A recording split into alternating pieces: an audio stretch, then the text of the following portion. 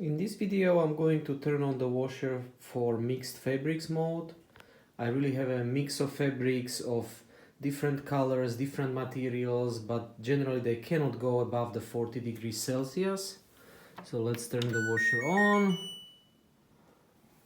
Let's select mixed fabrics and we can see that we have 40 degrees and a spin of 1000, which is fine with me. I'm going to turn on the TrueSteam function and then hit start. The washer is going to start weighting the amount of items so that it can auto adjust the time it takes to wash all the items.